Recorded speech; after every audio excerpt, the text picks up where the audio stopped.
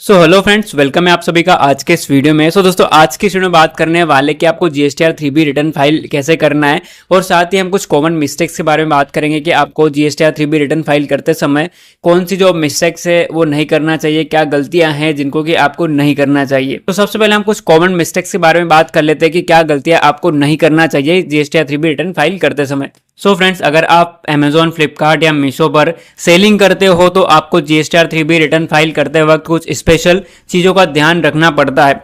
छोटी सी गलती भी नोटिस, पेनल्टी या केस फ्लो में प्रॉब्लम ला सकती है। आज के वीडियो में मैं आपको एक प्रैक्टिकल एग्जांपल के साथ बताऊंगा कि कौन सी मिस्टेक्स आपको अवॉइड करनी चाहिए। ई कॉमर्स के लिए जीएसटीआर 3B का बेसिक क्या है, तो ई कॉमर्स प्लेटफॉर्म आपके सेल्स डेटा को जीएसटी पोर्टल पर ऑटो पॉपुलेट कर देते हैं। जीएसटीआर 2B और जीएसटीआर 1 से रिलेटेड रहते हैं। ई कॉमर्स प्लेटफॉर्म आपके सेल्स डेटा को जीएसटी पोर्टल पर ऑटो पॉपुलेट कर देते हैं जीएसटीआर 2B और जीएसटीआर 1 से रिलेटेड।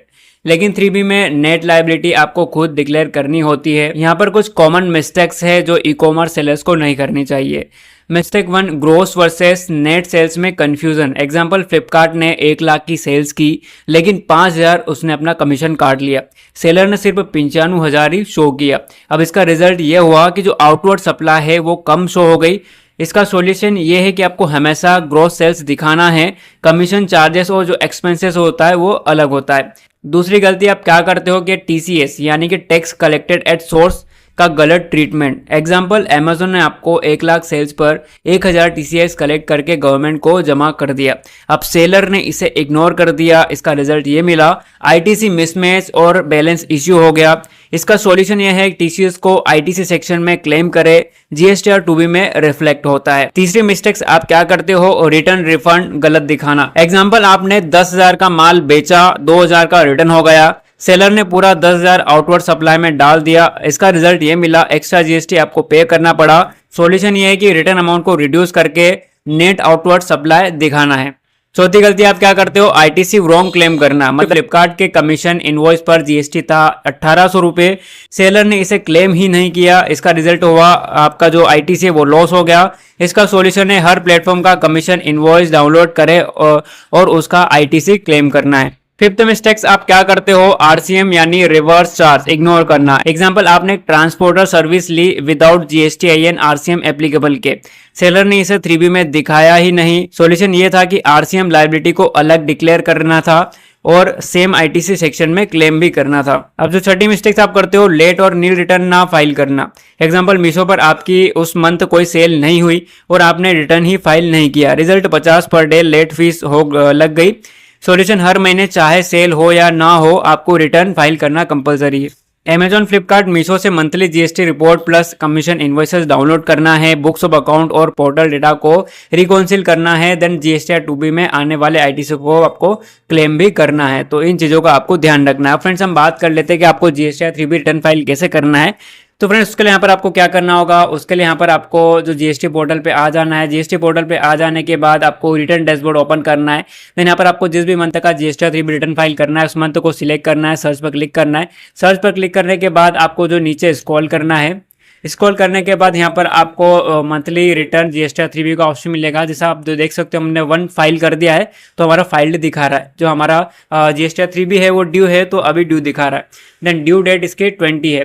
तो हम प्रिपेयर ऑनलाइन पर क्लिक करते हैं। Then GSTR 3B return file कर देते हैं। जैसे हमने प्रिपेयर ऑनलाइन पर क्लिक किया, इस पर क्लिक करने के बाद अब नेक्स्ट आपको क्या करना होगा, अब नेक्स्ट इस पेज को आपको क्लोज कर देना है। क्लोज कर देने के बाद आपको नीचे स्क्रॉल करना है। स्क्रॉल करने के बाद फ्रेंड्स, यहाँ पर आपको सबसे पहले tax on outward and reverse charge inward supplies का ऑप्शन मिलता है। इस पर आपको सिंपली क्लिक करना है। इस पर क्लिक करने के बाद इसको आपको सिंपली ओके कर देना है। ओके करने के बाद नीचे स्क्रॉल करना है। देन यहाँ पर आपका जो भी outward taxable supplies other than zero rated, nil rated and exempted, ये ऑटोमेटिक ले लेता है। जो भी आपने जीएसटीआर 1 में फाइल किया है तो वो ऑटो पॉपुलेट हो जाता है, तो यहाँ पर आपको शो करता है। तो आपको एक बार चेक कर लेना है कि जो सब कुछ वो सेम है। अगर सेम है तो आपको सिंपली कंफर्म पर क्लिक करना है। कंफर्म पर क्लिक करने के बाद अब आपको क्या करना है, फिर से नीचे स्क्रॉल करना है। स्क्रॉल करने के बाद यहाँ पर आपको दूसरा बॉक्स मिलता है, दूसरे बॉक्स में आपको कुछ भी फिल नहीं करना है। जो थर्ड वाला बॉक्स रहता है, मतलब कि जो भी आपके ऑर्डर थे अदर स्टेट में डिलीवर हुए थे इंटर स्टेट, तो यहाँ पर आपके जितने भी ऑर्डर अदर स्टेट में डिलीवर हुए थे तो वहाँ पर आपको वो डालना पड़ता है। यहाँ पर भी ऑटोमेटिक ले लेता है, आपको कुछ फिल नहीं करना पड़ता, जो भी ऑटो पॉपुलेट हो जाता है। तो यहाँ पर भी ऑटोमेट दिखा रहा है हमें, तो यहाँ पर भी हमें कुछ नहीं करना है, नीचे स्क्रॉल करना है। स्क्रॉल करने के बाद सिंपली कंफर्म पर क्लिक कर देना है। कंफर्म पर क्लिक करने के बाद फिर से जो हमारा तीसरा वाला बॉक्स था वो भी सेम हो चुका है, कंफर्म हो चुका है। उसके बाद आता है हमारा एलिजिबल आईटीसी। अब यहाँ पर आपको जो भी एलिजिबल आईटीसी है वो आपका ऑलरेडी भी दिखाता है। और मान लो कि आपने कुछ माल परचेस किया है, कुछ सामान खरीदा है, तो यहाँ पर आपको जो फिल करना पड़ता है उसका जो IGST इंटीग्रेटेड टैक्स, जो भी टैक्स लगा था वो यहाँ पर आपको फिल करना होता है, जितना भी आपने माल परचेस किया। यहाँ पर आपको दो जगह फिल करना होता है। एक तो आपको ऑल अदर ITC में फिल करना होता है, जो भी आपका IGST था, जो भी आपने परचेस किया, परचेस पर आपको जितना भी IGST लगा है वो यहाँ पर आपको डालना होता है। उसके बाद यहाँ पर आपको ऑप्शन मिलता है net ITC available A B वाला, तो यहाँ पर भी आपको भरना होता है। अगर आप जो ऑल अदर ITC में फिल करते हो तो ऑटोमेटिक यहाँ पर ले लेता है, अगर नहीं लेता तो आपको फिल कर देना है। फिल करने के बाद आपको सिंपली कंफर्म पर क्लिक कर देना है। और अगर यहाँ पर आपको ये बात भी ध्यान रखनी है कि यार ऑलरेडी दिखा रहा है, तो आपको जो पिछले मंथ का है वो यहाँ पर दिखाता है, तो जो आपने नया परचेस किया है वो आपको अगले महीने करना है। इस महीने अगर यहाँ पर ऑलरेडी दिखा रहा है तो आपको इस महीने नहीं करना है, उसको अगले महीने करना है। अब हमने यहाँ पर जो भी इंटीग्रेटेड लेट फीस और प्रीवियस टैक्स पीरियड, तो हमने यहाँ पर जो पिछले मंथ GSTR 1 और GSTR 3 भी लेट फाइल किया था, हम लेट हो गए थे, तो हम यहाँ पर जो कुछ पेनल्टी भी लगी है 25 रुपये, तो टोटल 25 रुपये हमें यहाँ पर लगा है, तो टोटल हुआ इसका 50 रुपये। तो हमें 50 रुपये यहाँ पर पेनल्टी देना पड़ेगा। जैसा कि आप जो देख सकते हो 25 लेट रिवीज, सेंट्रल टैक्स हमें 25 लगा है, स्टेट ड्यूटी टैक्स 25 लगा है, दोनों टैक्स हमें 25 रुपये लगे हैं। तो हम इसको सिंपली कन्फर्म कर देते हैं। कन्फर्म करने के बाद फ्रेंड्स ये सारी चीज़ें हो जाने के बाद आपको सबसे नीचे लास्ट में आना है, देन सिंपली आपको करना है सेव GSTR 3B पे। इस पर क्लिक करने के बाद आपको फिर से स्क्रॉल करना है और नीचे आ जाना है। नीचे आने के बाद यहाँ पर आपको प्रोसीड टू पेमेंट का ऑप्शन मिलेगा, आपको सिंपली प्रोसीड टू पेमेंट पर क्लिक करना है। इस पर क्लिक करने के बाद आपको वेट कर लेना है। वेट करने के बाद यहाँ पर सारी चीज़ें आपको मिल जाएगी। देन यहाँ पर आपको ऑप्शन मिलता है make payment post credit to ledger वाला, आपको सिंपली इस पर क्लिक करना है। देन यहाँ पर आपको एग्री एंड कंटिन्यू करना है। अब यहाँ पर हमें यहाँ पर चालान क्रिएट करना पड़ेगा, मतलब कि हमें यहाँ पर जो पेनल्टी लगी है 50 रुपीज़ की, वो हमें अपने अकाउंट से पे करना पड़ेगा। तो हम सिंपली जो यस पर क्लिक करते हैं। यस पर क्लिक करने के बाद आपको थोड़ा टाइम वेट कर लेना है, देन नेक्स्ट पेज ओपन हो जाएगा। अब नेक्स्ट पेज पर आपको क्या करना है, जो भी आपको 25 टोटल यहाँ पर आपको 50 रुपये जो चालान है वो पे करना पड़ेगा। तो उसके लिए यहाँ पर आपको 3 ऑप्शन मिलते हैं पेमेंट मोड्स में, ई पेमेंट, ओवर द काउंटर और नेफ्ट RTGS। तो हम सिंपली ई पेमेंट पर क्लिक करते हैं, देन जनरेट चालान पर क्लिक करते हैं। जनरेट चालान पर क्लिक करने के बाद फिर से आपको वेट कर लेना थोड़ा। वेट करने के बाद आपको सबसे लास्ट में आ जाना है फिर से नीचे। देन यहाँ पर आपको ऑप्शन मिलता है preferred bank, net banking, Bhim UPI, credit card, debit card का। तो जिसके भी थ्रू आप पे करना चाहते हो उसको आपको सिलेक्ट कर लेना है। जैसे हम नेट बैंकिंग के थ्रू करेंगे तो हमने नेट बैंकिंग सिलेक्ट किया। देन यहाँ पर आपको जो भी आपका बैंक अकाउंट है वो सिलेक्ट करना है। बैंक अकाउंट सिलेक्ट करने के बाद आपको सबसे नीचे आ जाना है। नीचे आने के बाद आपको मेक पेमेंट पर क्लिक करना है। उससे पहले यहाँ पर आपको जो I agree terms and condition जो चेक बॉक्स है उसको फिल करना है, और उसके बाद आपको मेक पेमेंट पर क्लिक कर देना है। मेक पेमेंट पर क्लिक करने के बाद आपको थोड़ा टाइम वेट कर लेना है। वेट करने के बाद अब यहाँ पर आपके जो भी आपके बैंक का जो भी यूज़र ID और पासवर्ड है वो आपको डालना है, और यहाँ पर आपको पेमेंट करना है।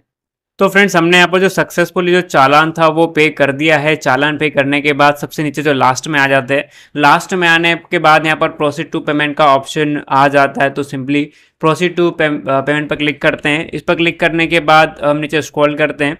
ठीक है, तो फ्रेंड्स आप यहाँ पर देख सकते हो जो क्रिएट चालान और मेक पेमेंट पोस्ट क्रेडिट का ऑप्शन यहाँ पर हट चुका है, और जो प्रोसीड टू फाइल का ऑप्शन आ चुका है। तो हमने यहाँ पर जो चालान भर दिया, चालान भरने के बाद प्रोसीड टू फाइल पर क्लिक करते हैं। प्रोसीड टू फाइल पर क्लिक करने के बाद यहाँ पर आपको जो इस चेक बॉक्स को क्लिक करना है, देन फिल कर देना है। चेक बॉक्स को फिल करने के बाद यहाँ पर आपको सिलेक्ट पर क्लिक करना है। देन आपका जो भी ऑथराइज्ड सिग्नेटरी है उसको सिलेक्ट करना है। उसको सिलेक्ट करने के बाद यहाँ पर आपको फाइल विथ 3B EBC का ऑप्शन मिल जाता है। आपको सिंपली इस पर क्लिक करना है। इस पर क्लिक करने के बाद आपको late fee due to gap between submit and filing of GSTR 3B will be added in late fee payable in the next month return from October onwards. तो हम जो इस मंथ भी GSTR 3B लेट फाइल कर रहे हैं, तो हमें अगले मंथ और जो और पेनल्टी फ़ी पे करनी पड़ेगी। हम 2 दिन और लेट हो चुके हैं, तो हम सिंपली प्रोसीड पर क्लिक करते हैं। ये जो बोल रहा है कि अगले महीने आपको जो भी आपकी लेट फ़ीस है वो पे करनी पड़ेगी। इस मंथ की तो हमने पे कर दी है, अब अगले महीने भी हमें जो लेट फ़ीस पे करनी पड़ेगी। तो अब हमको जो सिंपली यहाँ पर ओटीपी मिला है, उस ओटीपी को हम जो फिल कर देते हैं। ओटीपी फिल करने के बाद वेरीफाई पर क्लिक करते हैं। वेरीफाई पर क्लिक करने के बाद यहाँ पर आप देख सकते हो file in successfully GSTR 3B of GSTIN यहाँ पर सक्सेसफुली फाइल हो चुका है। तो हम सिंपली ओके पर क्लिक करते हैं। ओके पर क्लिक करने के बाद फ्रेंड्स यहाँ पर आपको क्या करना है, इसको एक बार रिफ्रेश कर लेना है। आपको चेक करना है कि यार आपका जो GSTR 3B रिटर्न फाइल हुआ है नहीं हुआ, तो आपको फिर से सर्विस पे आना है, रिटर्न पर आना है, रिटर्न डैशबोर्ड पर क्लिक करना है। इस पर क्लिक करने के बाद आपको थोड़ा वेट कर लेना है। वेट करने के बाद फिर से आपको जो अपना पीरियड है सिलेक्ट करना है, अगस्त टू सर्च पर क्लिक करना है। देन नीचे स्क्रॉल करोगे तो आप देख सकते हो जो GSTR 3B और 1B दोनों यहाँ पर फाइल दिखा रहा है।